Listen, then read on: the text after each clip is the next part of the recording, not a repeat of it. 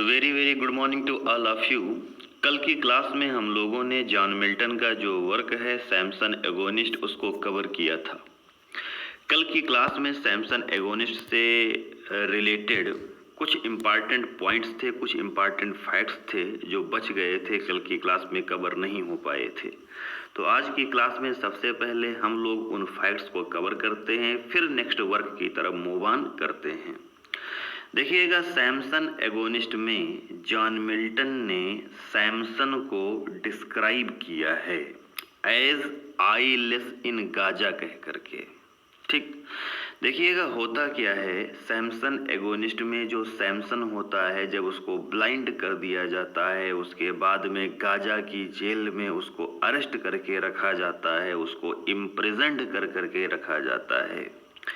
तो जब सैमसन जो होता है वो ब्लाइंड हो जाता है, वो अंधा हो जाता है और गाजा की जेल में होता है, तो उसकी जो कंडीशन होती है, उसकी जो वो स्थिति होती है, उस स्थिति को जॉन मिल्टन ने आईलेस इन गाजा कह करके डिस्क्राइब किया है। और जो ये फ्रेज है आईलेस इन गाजा, वो इस वर्क का मोस्ट कोटेड फ्रेज है। इंग्लिश लिटरेचर में बहुत सारे ऐसे प्लेसेस आए हैं जहां पर आईलेस इन गाजा फ्रेज का यूज किया गया है, सिंबॉलिकली यूज किया गया है। तो जो ये फ्रेज आईलेस इन गाजा है उसको जॉन मिल्टन ने सैमसन की कंडीशन को डिस्क्राइब करने के लिए सैमसन एगोनिस्ट में यूज किया है। एक इम्पॉर्टेंट पॉइंट यहाँ पर ये भी है कि अल्डस हक्सली जो है वो एक नॉवेलिस्ट हुआ है। अल्डस हक्सली ने यूज्ड प्रयोग किया है आईलेस इन गाजा फ्रेज को as the title for his novel eyeless in Gaza. आप लोग कंफर्म करिएगा, अल्डस हक्सली का एक नॉवेल है, एक उपन्यास है जिसका नेम है आईलेस इन गाजा। तो अल्डस हक्सली ने अपने उपन्यास आईलेस इन गाजा की जो ये टाइटल है आईलेस इन गाजा, उसको डिराइव किया है, उसको लिया है जॉन मिल्टन के फ्रेज आईलेस इन गाजा से, जिसका यूज जॉन मिल्टन ने सैमसन के लिए सैमसन एगोनिस्ट प्ले में किया है। अब इसके बाद में कुछ इम्पॉर्टेंट पॉइंट्स आप लोग और देखिएगा। जो सैमसन है वो बिलीव करता है, सैमसन का मानना है कि जो मेंटल सफरिंग होती है है अ जिलियन टाइम्स। जिलियन का मतलब होता है अननुमरेबल, अनकाउंटेबल, जिसको हम मेनी कह सकते हैं, जिसको हम असंख्य कह सकते हैं, जिसको हम कई कह सकते हैं। तो यहाँ पर जिलियन टाइम्स का मतलब हो जाता है कई बार, मतलब मेनी टाइम्स हो जाता है। तो सैमसन का मानना है कि जो मेंटल सफरिंग होती है, जो मानसिक पीड़ा होती है, जो मानसिक यातना होती है, जो मानसिक परेशानी होती है, वो कई बार ज़्यादा बुरी है in the comparison of physical suffering. शारीरिक पीड़ा, शारीरिक परेशानी, शारीरिक यातना से। तो मिल्टन कहना चाहता है सैमसन के थ्रू, सैमसन बिलीव करता है कि जो शारीरिक पीड़ा होती है, जो शारीरिक परेशानी होती है, जो शारीरिक यातना होती है, उससे कई गुना ज़्यादा, उससे कई बार ज़्यादा बुरी होती है मेंटल सफरिंग, मानसिक यातना, मानसिक पीड़ा।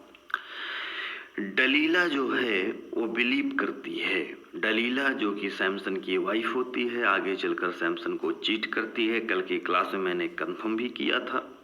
डलीला जो होती है वो बिलीव करती है, उसका मानना है कि men are always unfair to women. गजब की बात तो यहाँ पर ये है कि जो डलीला है उसने खुद चीट किया है सैमसन को। मतलब एक हिसाब से देखा जाए तो यहाँ पर ये कहा जा सकता है कि जो वीमेन हैं वो अनफेयर हैं मेन के लिए। यहाँ पर तो वुमन का विट्रेयल दिखाया गया है।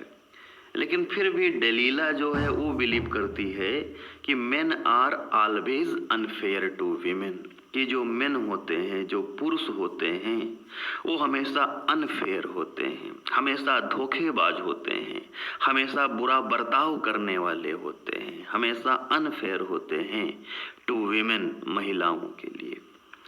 देखिएगा जो यहाँ पर कोरस है, कोरस का मतलब क्या होता है, ग्रुप ऑफ सिंगर्स होता है।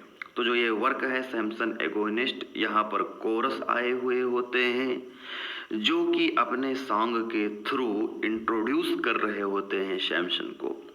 तो कोरस जो है वो बिलीव करते हैं, कोरस जो है उनका मानना है कि एवरीथिंग, हर एक चीज टर्न आउट वेल, अच्छी हो जाती है इन दी एंड, अंत में। इसका मतलब है कि अंत में सब कुछ अच्छा हो जाता है। बहुत ही अच्छी लाइन है जो कि कोरस कहते हैं, कोरस बिलीव करते हैं इन दी एंड, अंत में एवरीथिंग, सब कुछ टर्न आउट वेल, अच्छा हो जाता है। एक इम्पॉर्टेंट पॉइंट मैं यहाँ पर और मेंशन करना चाहूँगा कि जो ये वर्क सैमसन एगोनिस्ट है, इसका जो सोर्स है वो तो आपको कन्फर्म है, मैंने कल की क्लास में भी बताया था, द बुक ऑफ जजेस है, जो कि हिब्रू बाइबल जो है वहाँ पर ओल्ड टेस्टामेंट में है द बुक ऑफ जजेस। तो द बुक ऑफ जजेस जो है उसका चैप्टर नंबर 13 से लेकर के 16 तक का जो कंटेंट है वो मेनली सोर्स है सैमसन एगोनिस्ट का, आप लोग कंफर्म रखिएगा। देखिएगा कुछ इंपॉर्टेंट लाइंस हैं सैमसन एगोनिस्ट से जो कि बहुत ही अच्छी भी हैं, बहुत ही इंपॉर्टेंट भी हैं, उनको आप लोग अच्छे से कंफर्म रखिएगा। देखिएगा यहाँ पर कहा गया है नथिंग, कुछ भी नहीं है, इज हेयर, यहाँ पर, फॉर टीयर्स, जिस पर आंसू बहाए जाएं, नथिंग, कुछ भी नहीं है, टू वेल, जिस पर विलाप किया जाए, और अथवा नॉक दी ब्रेस्ट, सीने को पीटा जाए। नो वीकनेस, कोई कमजोरी मेरी नहीं है, नो कंटेम्प्ट, मेरी कोई निंदा नहीं है, डिस्प्रेज, यहाँ पर मेरी कोई अवमानना नहीं है, तिरस्कार नहीं है, आर ब्लेम, ना ही कोई दोषारोपण है, नथिंग, कुछ भी नहीं है, बट लेकिन, वेल एंड फेयर, कुछ अच्छा है, एंड और, व्हाट, जो कि, मे क्वाइट अस, मुझे शांति दे सकता है, इन अ डेथ, मौत में ले जा करके, सो नोबल, जो कि बहुत अच्छा भी है, बहुत शानदार भी है। ये बहुत ही इंपॉर्टेंट लाइन्स हैं, बहुत ही अच्छी लाइन्स है, आप लोग कंफर्म रखिएगा। नेक्स्ट लाइन है बहुत ही इंपॉर्टेंट, बहुत ही इंपॉर्टेंट, बहुत ही अच्छी लाइन है, आप लोग बिल्कुल इसको कंफर्म रखिएगा। ब्लाइंड एमंग एनिमीज, ओ ओर्स देन चेंस, यहाँ पर कहा गया है ब्लाइंड एमंग एनिमीज, दुश्मनों के बीच में अंधा खड़ा होना, ओर्स दैन चेंस, बेड़ियों में जकड़े जाने से भी ज्यादा बुरा है। क्या कहा गया है, ब्लाइंड एमंग एनिमीज, दुश्मनों के बीच में अंधा खड़ा होना, ओर्स दैन चेंस, बेड़ियों में कैद किए जाने से, बेड़ियों में बांधे जाने से ज्यादा बुरा है। अब इसके बाद में हम लोग नेक्स्ट वर्क की तरफ मूव ऑन करते हैं। जो वर्क सैमसन एगोनिस्ट है वहाँ पर जितने मैंने फैक्ट्स दे दिए हैं वो सफिशिएंट हैं, उनको आप लोग अच्छे से कंफर्म कर लीजिएगा। देखिएगा जॉन मिल्टन का नेक्स्ट वर्क है the history of Britain bye John Milton. John Milton का ये वर्क है, यहाँ से कुछ सर्टेन पॉइंट्स हैं जो कि इम्पॉर्टेंट हैं, आप लोग कंफर्म रखिएगा। जो ये वर्क है द हिस्ट्री ऑफ ब्रिटेन, ये वर्क पब्लिश हुआ था 1670 में, पब्लिश हुआ था 1670 में पब्लिश हुआ था।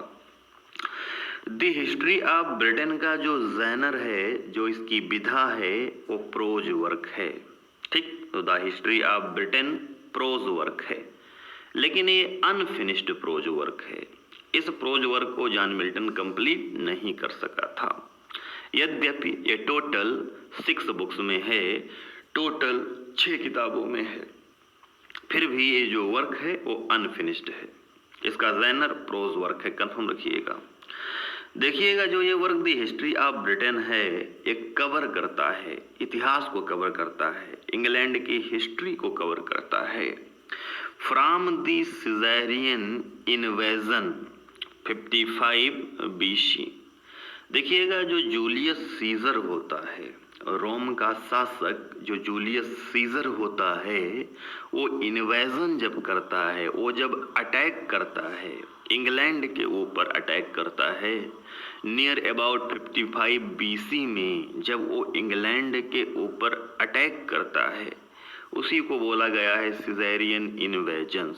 वहाँ से इंग्लैंड की हिस्ट्री को जॉन मिल्टन ने कवर किया है अपने इस work the history of Britain में। वहाँ से इंग्लैंड की हिस्ट्री को कवर किया है कहाँ तक? टू हैरोल्ड गॉडविंसन तक, जो कि 1066 में आया था। देखिएगा हैरोल्ड गॉडविंसन कौन है, 1066 का मसला यहाँ पर क्या है उसको मैं कंफर्म कर दे रहा हूँ।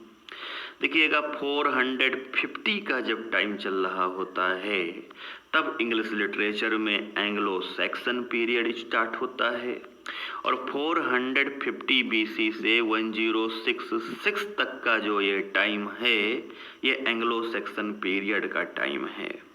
यहाँ पर एंग्लन के जो वॉरियर्स होते हैं एंग्लो, और सैक्सोनी के जो वॉरियर्स होते हैं सैक्सन, वो मिलकर रूल करते हैं इंग्लैंड में। एंग्लन और सैक्सोनी दोनों यूरोप की स्टेट होती हैं, रियासतें होती हैं। एंग्लो के वॉरियर्स, एंग्लन के वॉरियर्स एंग्लो होते हैं, सैक्सोनी के वॉरियर्स सैक्सन होते हैं, और ये एंग्लो सैक्सन मिल करके 450 BC से 1066 तक की ड्यूरेशन तक रूल करते हैं, और इसको इंग्लिश लिटरेचर में एंग्लो सैक्सन पीरियड बोला गया है। फिर क्या होता है, जब 1066 का टाइम चल रहा होता है, उस समय जो लास्ट एंग्लो सैक्सन किंग होता है उसका नेम हैरोल्ड गॉडविंसन होता है। 1066 में बैटल ऑफ हेस्टिंग होता है, और इस बैटल ऑफ हेस्टिंग में हैरोल्ड गॉडविंसन जो कि एंग्लो सैक्सन किंग था, उसको डिफीट कर दिया जाता है, उसको हरा दिया जाता है, और हराता है विलियम। और जो ये विलियम होता है वो नॉर्मंडी का ड्यूक होता है, वो एक नॉर्मन होता है। तो 1066 में बैटल ऑफ हेस्टिंग में विलियम जो कि नॉर्मन था, नॉर्मंडी का ड्यूक था, उसने last Anglo Saxon king Harold Godwinson को 1066 में हरा करके एंग्लो नॉर्मन पीरियड स्टार्ट किया था। तो इस तरीके से जॉन मिल्टन का जो ये work the history of Britain है, वो सिज़ेरियन इन्वेजन से लेकर के 1066 में हैरोल्ड गॉडविंसन को जो डिफीट किया गया था और एंग्लो नॉर्मन पीरियड स्टार्ट कर दिया गया था, वहाँ तक की हिस्ट्री को कवर कर रहा है जॉन मिल्टन का ये work the history of Britain. एक इम्पॉर्टेंट पॉइंट यहाँ पर यह है कि मिल्टन ने खुद इस बात को एडमिट किया था कि जो ये उसकी हिस्ट्री का वर्क है द हिस्ट्री ऑफ ब्रिटेन, यहाँ पर बहुत सारे सोर्सेस जो हैं वो अनरिलायबल हैं। बहुत सारे सोर्सेस जो यहाँ पर हैं वो रिलायबल नहीं हैं, उन पर विश्वास नहीं किया जा सकता है।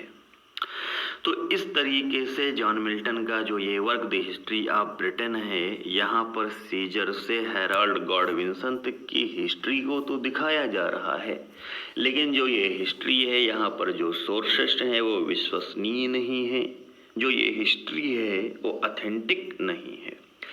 इस तरीके से आज की क्लास में हम लोगों ने सैमसन और एगोनिस्ट से कुछ बचा हुआ पोर्शन जो था उसको भी कवर कर लिया है, और जॉन मिल्टन का जो work the history of Britain है इसको भी हमने कंफर्म कर लिया है।